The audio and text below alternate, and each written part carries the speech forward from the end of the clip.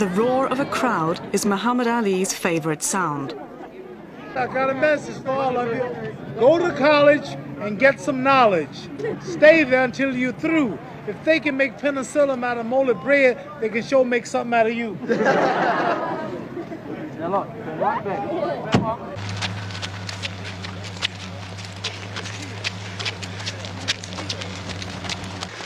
But much of his life is a paradox. At 6:30 in the morning, the crowds that he loves to thrill are still asleep.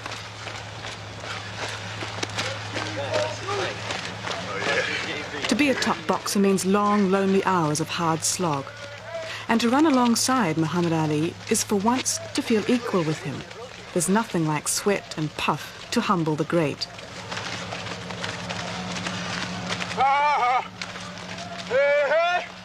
But back in the comfort of his hotel, Ali often appeared to forget that it's as an athlete that he's famous. The ladies have the flowers are so pretty. Sometimes it took drastic action to make him talk about boxing. I never saw. He says, Vanilla said, talk, fight, talk. Talking about talking fight. Yes. Talk, fight, talk. He's one of the promoters trying to get his money back. Talk, fight, talk.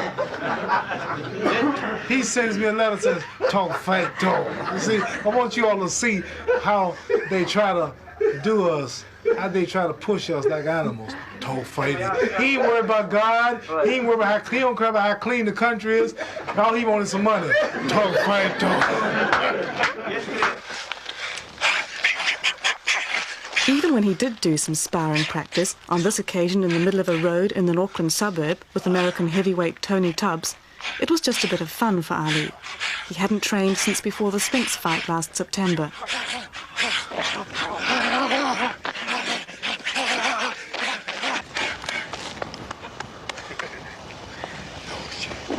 Are you trying to lose weight?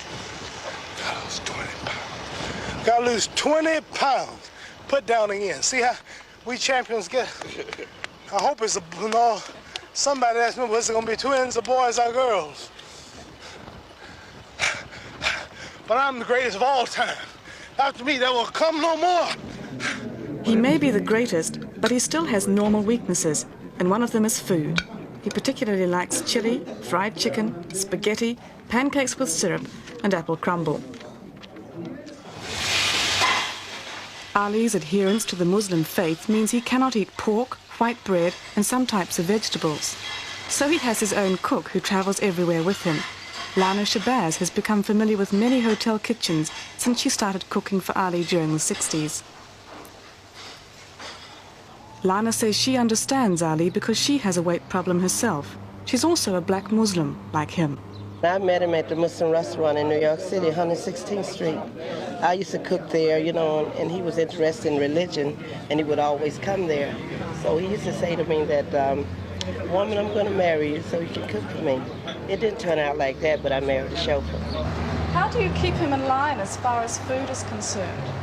Well, I don't think anybody could really keep Ali in line, although the earlier years it was more easily to keep him in line, but now he sort of like does what he wants. I try to get, he likes sweets, which he has a sweet tooth, and I get the fresh fruit and make a big fruit salad, and it sort of keeps him away from the sweets. That's the only problem you have with him eating is the sweets. No other problems. How do black Muslims regard Ali? Is he like a king to them? No, he's not like a king. He's like our brother, just like I am. Even though that he's great in his field and he spread Islam across the world. That's why they late Honorable Elijah Muhammad gave him that name, Muhammad Ali. But we don't look up to him as a king or God. We just look up to him as being our beautiful brother. Ain't nothing like the Islamic Brotherhood. That's why I'm where I'm at today, because of Allah, the Arabic term for God, A-L-L-H, Allah. Allah, Islam religion, and the Muslim teachings is what made me. If I was just a boxer or Cassius Clay, I'd be followed by boxing people, English-speaking countries. That's it. The other women in Ali's life are his children and wife Veronica. These days he appears to lead a good, wholesome family life, as decreed by Allah. It's his third marriage. The first lasted 10 months, the second 10 years. He married Veronica Porsche, who's 5'10" and an ex-model, in 1977. With me on the tour, I'd like to introduce a few people. First of all, the lady who captured me, my wife, Miss Veronica Ali. Would you come over here?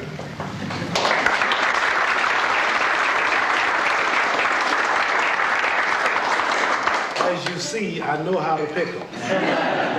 Mrs. Ali is kept strictly under wraps. Her husband does not allow her to be interviewed. His views on women are old-fashioned, to say the least. He could be seen as the world champion male chauvinist. I got a beautiful wife, and we love each other, and she's my property. I'm hers. I mean, if this is my building, it's my property. What's on her? I don't mean she's a slave. I use her, but I respect her, and in public she's respected, and she owns law to no other men. See, we live in a Western society where women can walk around with their titties out. So, Islamic religion, first, the woman is respected 100%. Dogs and cats show their titties. Humans hide their titties. Humans cover up their privacy. See, anything you have valuable, you protect it. You do not, diamonds are protected. God protected diamonds. You have to dig deep in the ground to get diamonds. You can't get gold until you go deep in the ground. All is protected. Pearls, everything God made valuable is hard to get to. Shouldn't my woman be more valuable than diamonds? Shouldn't my woman be more valuable than oil? You all never heard me preach, have you? That's the Islamic side of Muhammad Ali you all don't know. I'm letting it out now because I'm through boxing. But you'll be surprised. The woman is more valuable. If you're my wife, you're more important than diamond. When you go to bed at night, you don't leave your diamond watch laying around. You don't leave money out where everybody can see it. My woman's more important than my money. Shouldn't I protect her? See, they sent you here because they know I do not no longer talk to ugly men. They sent you here because you're a pretty girl. And they know that all great men, their weaknesses was pretty girls. Samson, nobody knew his power until Delilah got to him. Mark Antony, Europe's greatest warrior, Cleopatra got to him. Many women destroyed great men like Mary Jo Compton and Teddy Kennedy. Like the late Sam Cooke died in a motel room with his pass off. Women are dangerous. What sort of women do you like? I got one woman, my wife, Veronica Ali. That's all I like. She protects me and protects you. Because I look at the ladies and say hello, but I'm getting too old to chase them like I used to. When I was young, I chased 4 or 5 ladies a week, single. None of them are married, good Muslim, got a good family, same with prize, look at my pretty children every morning. That makes me strong. Basically, we are all weak for the pretty women. Ali's views are extreme, like his character, which is made up of many contrasts. Sometimes he is superbly cunning, at others naive. In the public eye, he's an impossible show-off. In private, he's often quiet and reserved. He's even boring occasionally, like all of us. But when the crowds are there or the cameras are rolling, Ali pushes out energy like a jet stream. There's another little baby. I like little babies. I like little babies. Oh, look at that baby. Look at that little baby. He tends to repeat himself. After 10 days, we'd heard the jokes and gags several times over, but never told to the same audience and always with fresh sparkle. Ain't no fighter gonna fight 25 years and being what I've been in. Look at me, can you believe it? Can you believe that? Look at my nose.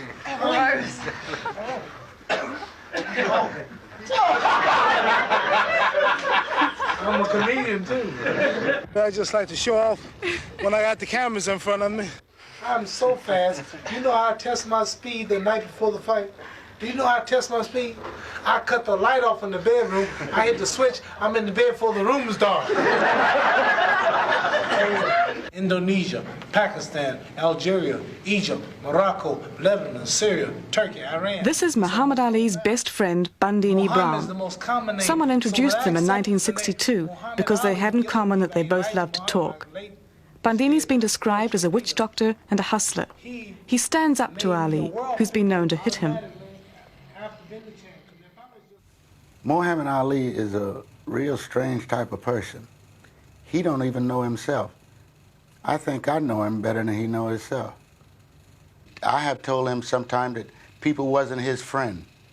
and he hits me and get mad. We get mad with one another. In a couple of months, the truth come out that they done stole something from him or mistreated him. So that's my pay. Not the lick, or not me trying to be the boss or anything. But if I am your friend, I am your friend. It would hurt me not to be honest with you. It would hurt me more not to tell you the truth and be there. I know why I know he's my friend. Because when I got broke and they took my title, he stayed with me. All he wanted was $1,000 a week. Sometime I walk into a room and I haven't seen him all day long, and I don't have to speak to him. I see him, I feel him. We hold conversation looking at one another. Which was the fight which worried or upset you the most? I think the biggest feeling I had was in the Thriller in Manila, when he was coming back to the corner like this, crossing his legs. And when he was coming back, Angelo said, "Our boy's in trouble." And I never heard Angelo say anything. He always kept his feelings to himself. I think I went off a little bit. I started pounding on the ring. I didn't get up in the corner all the way. I got halfway and I started pounding and hollering God. And I was thinking, because if Ali win, we all win. If Joe Frazier win, he wins, his mother wins, his father, his kids and things like that. That was personal. But if Ali lose, we all lose. And I was speaking about this, not with my lip, with my vision, with my feelings to God. And when he got up, he was fresh as a daisy. I only see it after it's all over and I relax. I never went to a victory party after the fight. Sometimes I wasn't even able to walk after the fight. My whole spirit leaves me and goes to him. It takes punishment. Are you able to talk to him between rounds? Mm-hmm. Most of all, we're able to feel one another. What's the worst physical hurt that Ali's ever had that made you feel bad? Physical hurt that would make me feel bad? Not going to bed on time. Underestimating his opponent. Things like that hurt me more than anything else. Worse than a broken jaw? Yeah, because it wouldn't be broken jaws, wouldn't be knockdowns, because what you plant is what you harvest. What you load is what you shoot in life. And the way that you take care of things in camp is what you take to the fight of the night. Do you ever wish that he would listen to you more when you give him advice? No.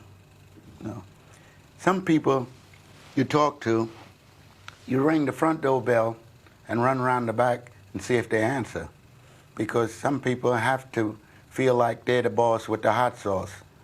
And I realize and know that a cake is one sight and one flavor and one name, but it takes many ingredients to go into the cake. Yeah, I listen to him all the time. But he always say, jab, jab, jab, jab. I was fighting a guy once, I was so tired. He said, jab, jab. I said, you coming in, jab. You were with other boxers before Ali. Yeah. How does he rate amongst all of the boxers that you've been involved with? You mean among fighting? No, as a person. As a person? Well, he is, he loves people more than any person I have ever met. And before he was born, I guess I had been around the world quite a few times and seen quite a few people. And he's more than one person. You are more than one woman, spirit-wise, within the body. Your move change. In the morning, you're different than you are in the evening when you get tired. You're different when you get hungry. You're different when you feel sentimental. And he's a little boy sometimes. You want to fight? I want to fight. Don't cry. I just play.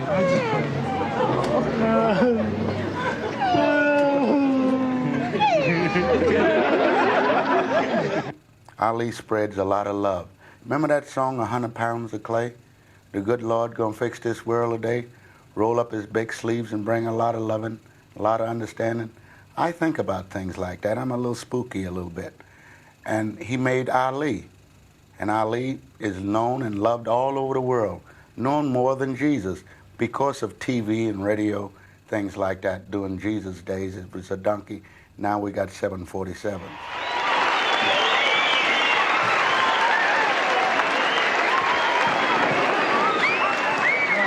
Hold your hand up like this. I'm sure how fast I am. I'm going to hit your hand 10 times before the audience count 2. When I say go, you all say, when I say go, you all say 1, 2. As quick as you can. As soon as I say go, when I say go, you say 1, 2. Okay, let's test it. Go. Okay, that's good.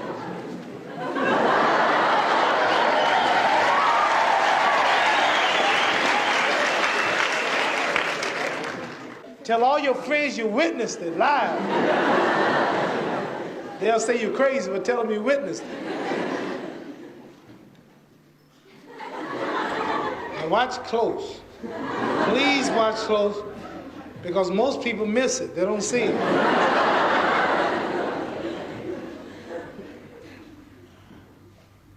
Go! You want to see it again? For many kids, Ali's even better than Superman because he's real. But the reality still has a touch of fantasy and magic. Ali is a master of publicity. And he knows that escapism is not just for little boys. Thank you. Thank you. 45 is fantastic. Ali is coming to the end of his career as heavyweight champion of the world. No matter how often he changes his mind about retiring, his age is against him. But he's bringing on a young generation of boxers who carry his name. They're his hobby. He calls them his little Alis. Side to side, feint move, jab your way out. With trainer Chuck Bodak, the team of amateurs accompanied Ali here from the States. Future Olympic stars, future world champions. Don't wait too long. The little Alis train to disco music.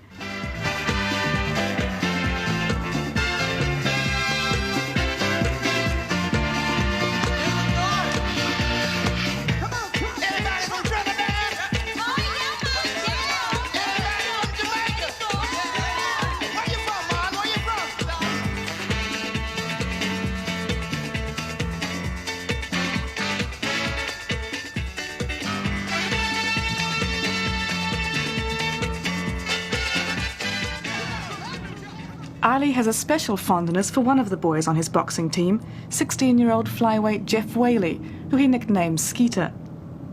Ali has known Jeff since he was a baby and has brought him up to Olympic standard. I think he's great. I like him. We're real close. He always kidding around. He's just like a father to me. When I ain't got nobody to talk to, he'll come and talk to us, tell us things, write us poems. You know, we have a nice time together. Is there one piece of advice that he's given you that you think is more important than anything else? Sure. He tell me I'm going to be a world champion. Every day I see him, he tell me that. And it'll give me more confidence, make me stay. I thought about quitting boxing every time I get homesick. And I talk to him, he'd tell me, I shouldn't quit. I'm going to be a world champion one day. He told me I'm real good. I got some moves just like him. He tell me this, tell me that. So that made me stay in boxing. I think about it every night. So therefore I say, well, I'm going to stick with it. I want to be the greatest. I want to be the champion someday. Ali loves everyone who loves him. It's impossible not to like him. His sense of humor and sharp intellect are irresistible. His athletic career seems matter-of-fact to him. He could have chosen some other field and been just as great. He does see himself as a modern-day messiah. For the rest of his life, people will watch him and listen to him. They'll come to see the most famous boxer in the world. They'll go away with a little more knowledge of the teachings of Islam. Physically, Muhammad Ali can't be the greatest much longer. But the memories and the message he wants to spread will probably grow stronger. I like that he was born to do what he's doing. Everyone is born to do certain things. Everything, trees, grass, flowers, everything God made has a purpose, and most surely, God's highest form of life are human beings, right? So all of you have a purpose.